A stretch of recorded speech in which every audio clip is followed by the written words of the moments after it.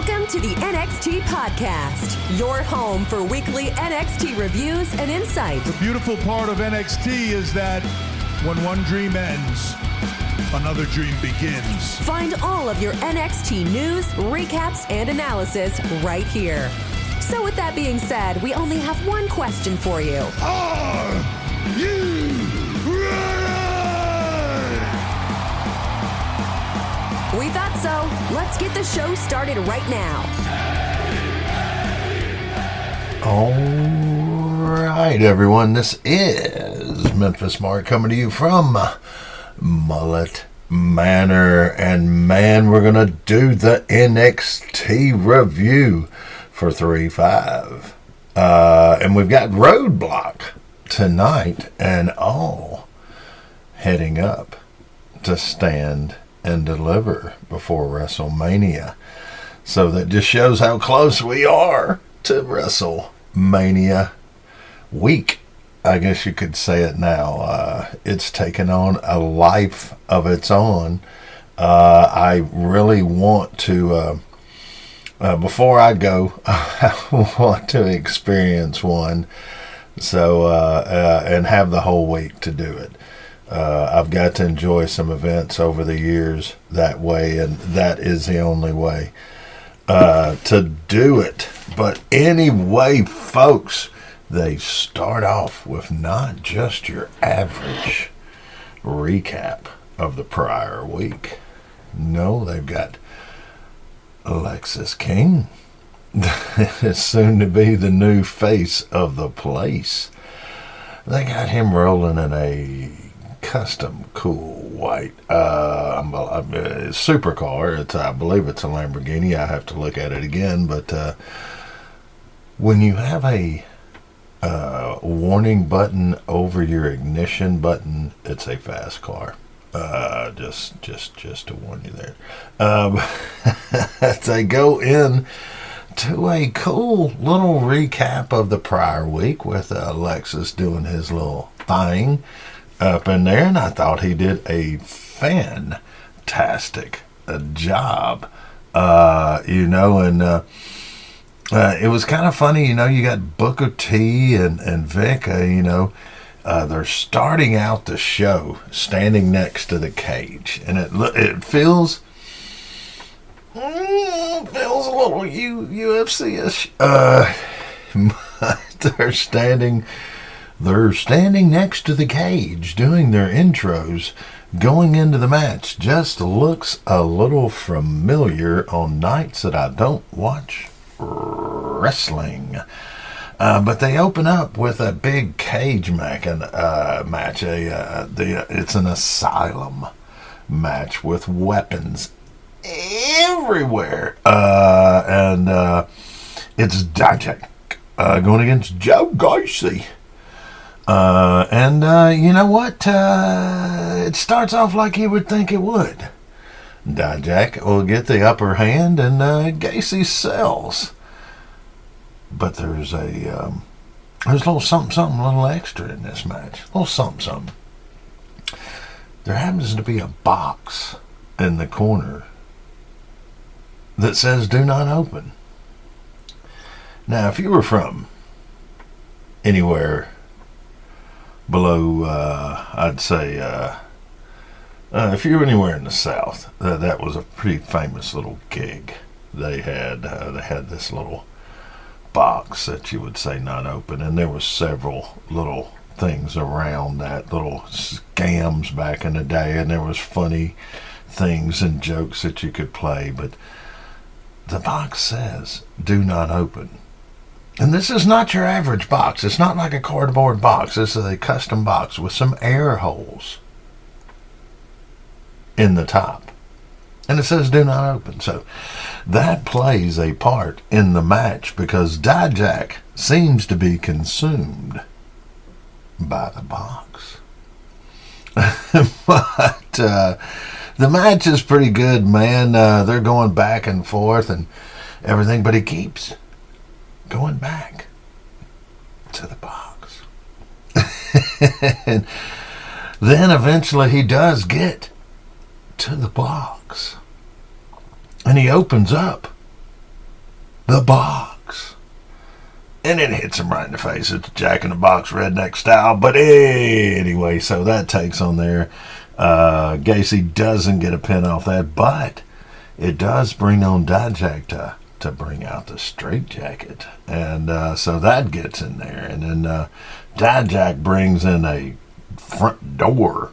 If they'd had the kitchen sink, they'd have had just about everything else. But and then Dijak and duct tapes Casey's face. And not just a regular duct tape. This is some wide duct tape. And even though Gacy does hold his own, totally, somewhat blinded, I'm sure, but you know somebody's there and you've done a move or certain moves for years, you don't have to see, but it was pretty funny. The match wasn't bad, and all leading up to there was cool, and then kind of a sucky ending. It's like a GTS or whatever they want to call it. Dijak puts it on Gacy, and then and he covers him, and then they pan back over, and Gacy's still smiling. Okay, but the match was not bad. It's just the ending kind of sucked. But other than that, you got a little Tony D, and Stacks and Rizzo, and they bring in Crucifano. I believe I'm saying this name wrong. But anyway, they want him to be the Consigliere, but they give him the lowdown, the job specifics, and he agrees to join. So later on, they went into HR and they got everything. No, there you go. But yeah, all right. And then they go to Valen, and she's talking to Riley. Riley, that other dude chased you. Yeah, that one. So yeah, kind of a strange promo. Davenport comes out, runs her mouth, so they're gonna have a match later. But soap opera continues, and then you got Tatum and Lyra doing their little strange kind of promo because Tatum roll that way, so they gotta be setting up, the Tatum angle. So I don't know. We will see on down the road. But for the second match of the night, since this is Roadblock, you got Braun and Baron putting up the tag title matches, buddies, with Chase U and Duke and Andre. Of course, they got Riley and the outside and everything. But the B&B, the Wolf Dogs, when they come out, they've kind of got this, I don't know, how would you put that, face mask, intimidation, kind of look to them, kind of cohesive. Kind of cohesive there, But the Wolf Dogs come out, and, you gotta say, Andre gets his butt kicked for a while there in this match. And, man, you can, there was even a time, though, in this match that, Baron had done a move and was on top and ready to go for the pin, but Braun jumps on, and Baron's got to say, "Hey, man, it's my pin." So, a little confusion there, which is always kind of fun. But Duke got in there, and I'll tell you what, man, the more and more I see Duke, he's just not quite ready. So, but he's big. And he's comical, and he can do some funny things. So he's main roster bound. They'll let his talent and his ring ability catch up with him because he can joke around and then make things look kind of cool and funny. So, yeah, that's main roster if you don't quite have the talent. But he does have the talent. It's just needs to come out a little bit more. But, yeah, there was one move, though, in this match that I got to say, go back and watch. You know, I'll tell you when there's something to go back and watch. I'll tell you that Braun does a Frankensteiner off the top, and he salutes before he does, and does a freaking perfect Frankensteiner. And I guarantee you, ain't mentioning no names, but I'm going to say a dad or an uncle couldn't do that one, especially an uncle. But anyway, good match in this. Duke and Andre, they just don't have the tag team cohesiveness that even Braun and Baron do, because Baron's a seasoned wrestler, and Braun, in his own way, kind of is.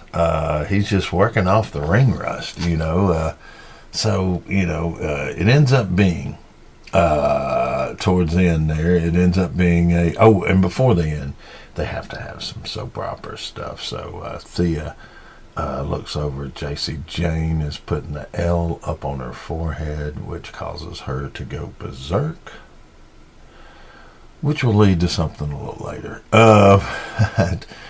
Ends up Braun and Baron. There's a deep six, then a spear, and then a win. So the tag titles go nowhere. And go nowhere. We got a little mellow promo after that,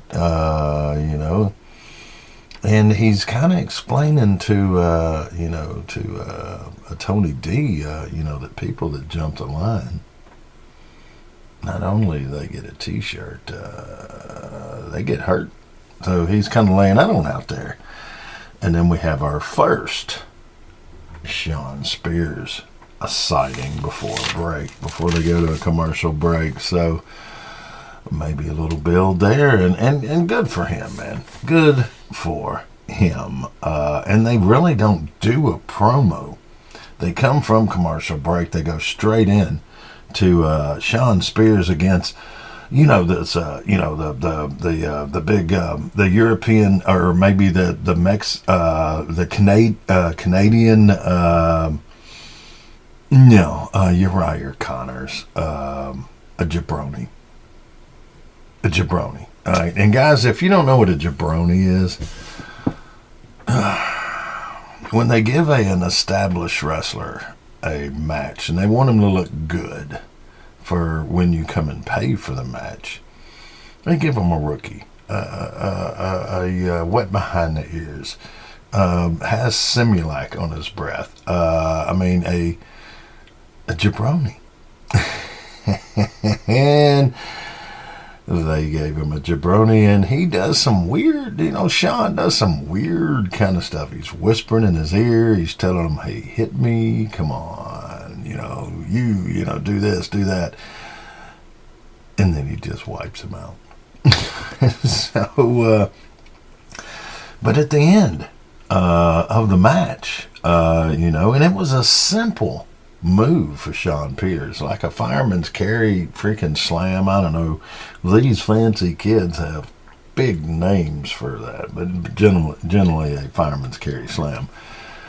And then he kind of slithers a little, aka a little Randy Orton, slithers into a pin and pins him. And not so bad, but they give him the stick after the match, and I'm sorry, I was asked via fax and email, through Twitter, the stick means the mic, okay? The microphone, okay?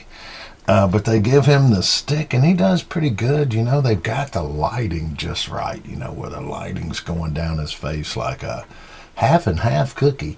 So he's evil and not evil, and like good and not good. And anyway, decent little, because he's good with the stick and got a good interview, but he calls out Ridge. And you call out one of them doggone old Irishmen there, they coming on out. And they do. And it was kind of weird the way he does it. He handed him a chair at one point in time. I mean, telling him to hit me.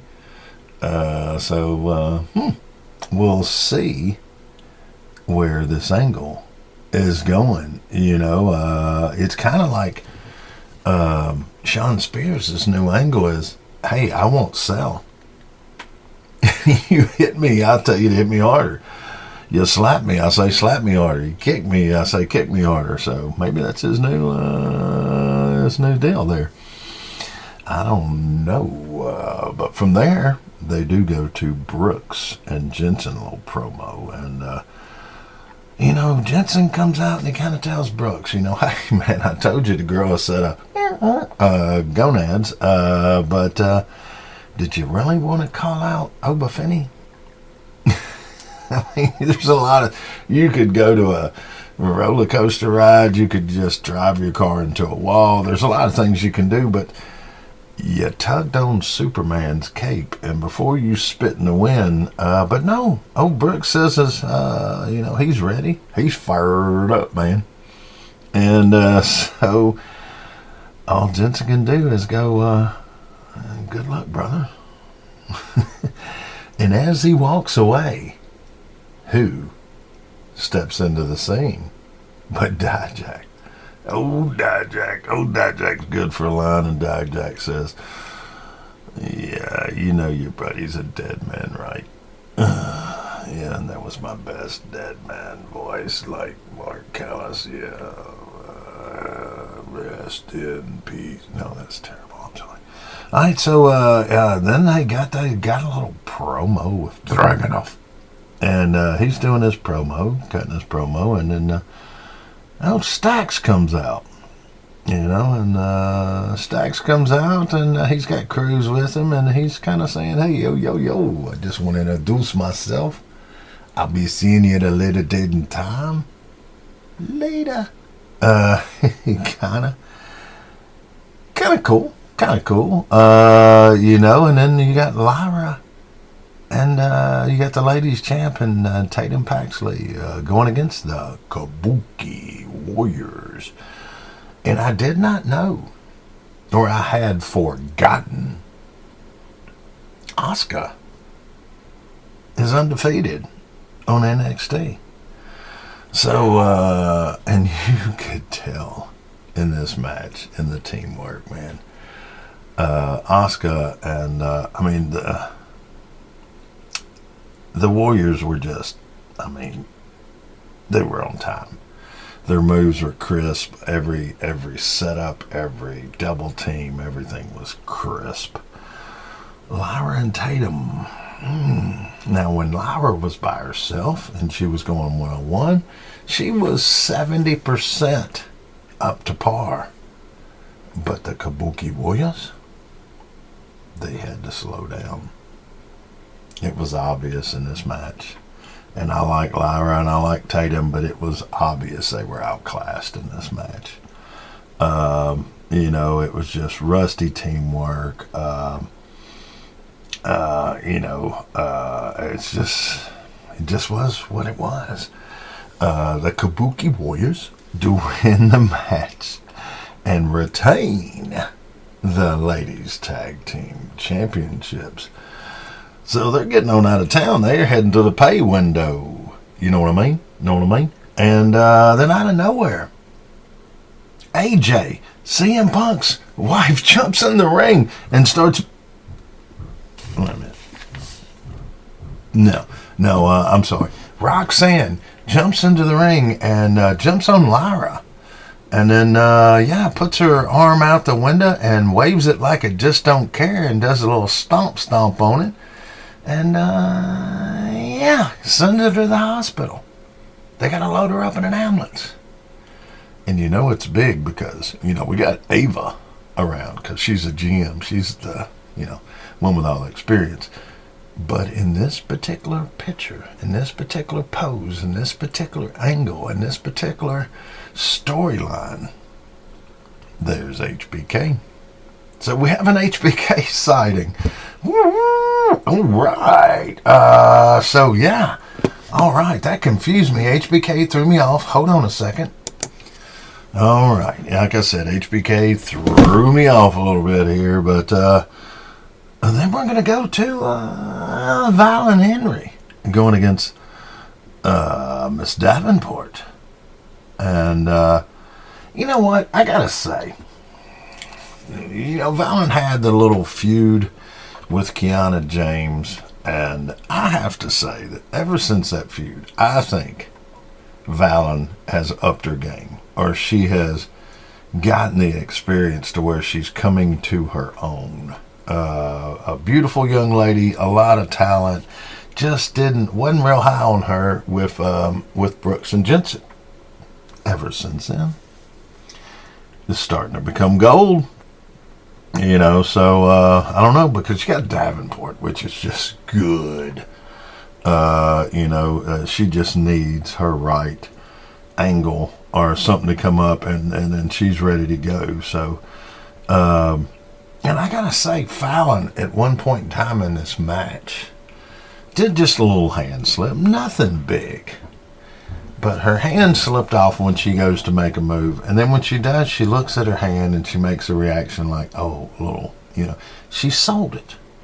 And she did a good job at that.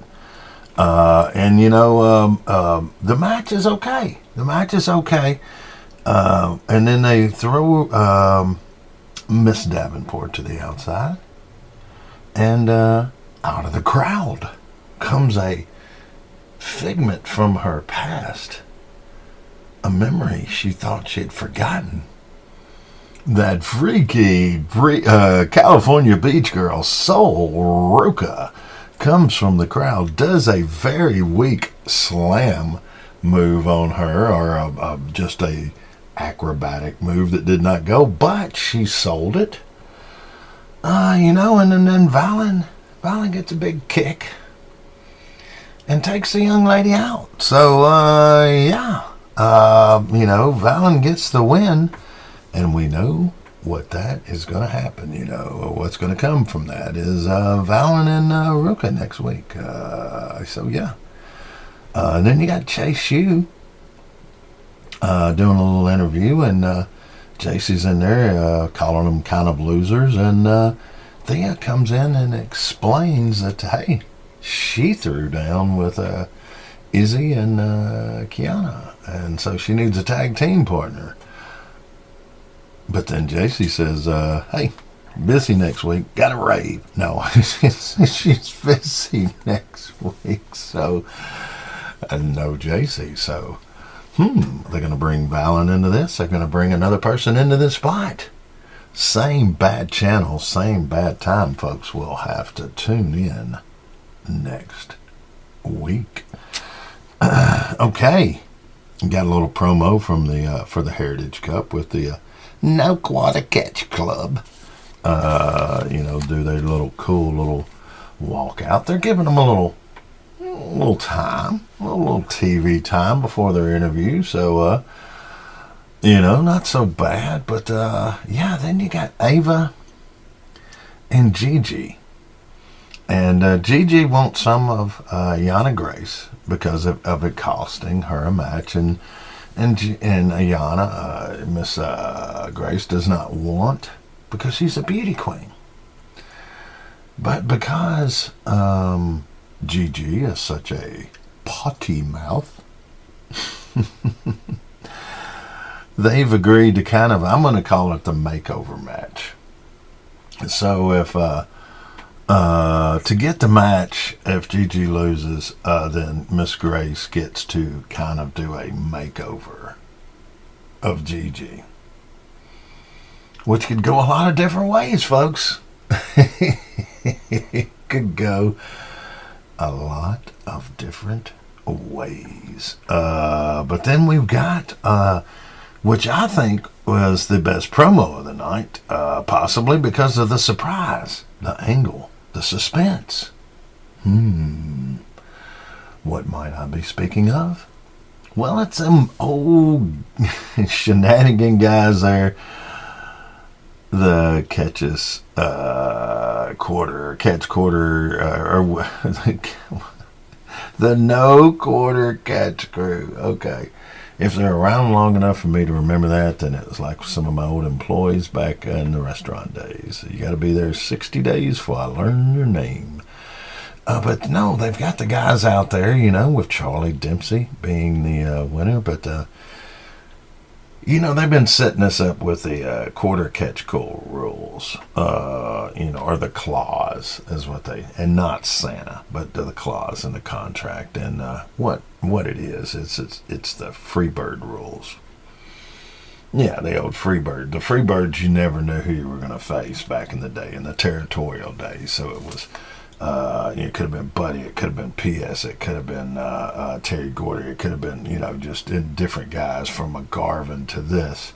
But it was always Michael Hayes and Terry Gordy, mostly. And so it's a Freebird rule, so you never know who you're going to defend. Who are you going to be going against for the title because of them... them old wankers, them catch crew guys, them wacky guys there. But so they're about through with their interview, and then some music came on that ended up being about half as big as whoop that trick. It wasn't a trick. And you don't whoop him, it's William Regal. Hey. William Regal makes an appearance on there and lets them know that he really likes that title. And, he'll be watching.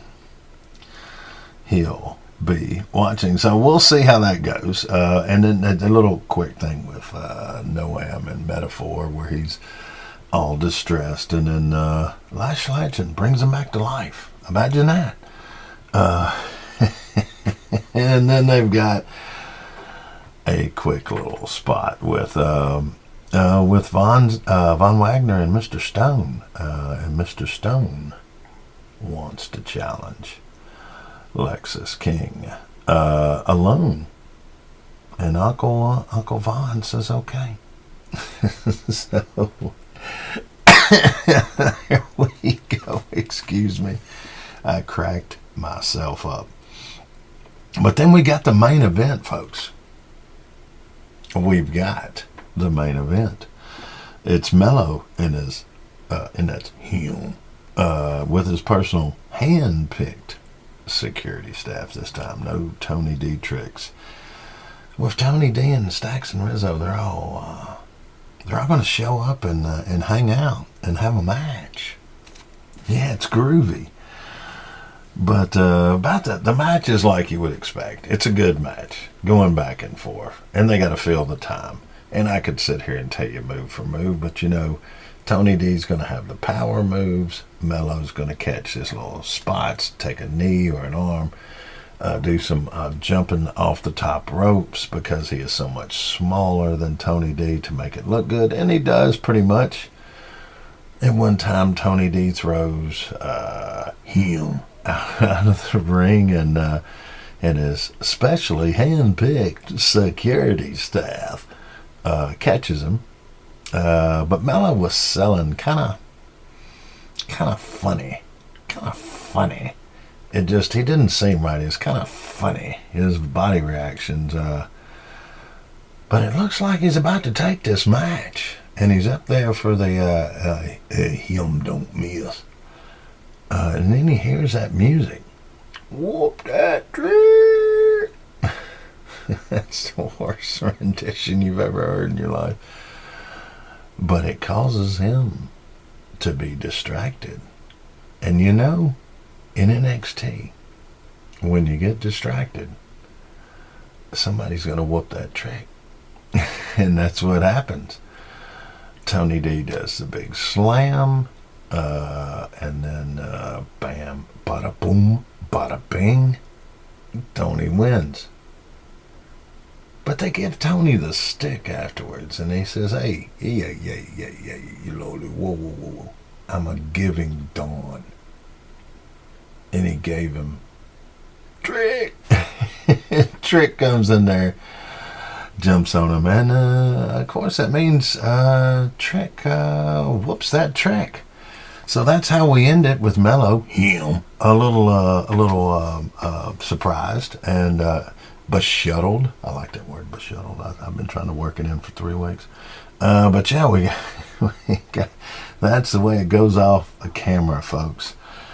So yeah, man, that's going to be the review heading up to our big pre-WrestleMania show. So we got a few more shows before that. So guys, I gotta go. Let's see how we want it ended. I was going to try to work in, man, that new game they got out, the new, I'm not into video games at all, but man, the graphics on this new one look really cool. Anybody that's got that and you've dealt with the other ones would love a little review. And then I guess I need to start. I've been asked, so I'm going to start letting some people know. You can reach me or find some of my comedy or whatever it may be at Memphis Mark, and that's spelt out Memphis Mark OG.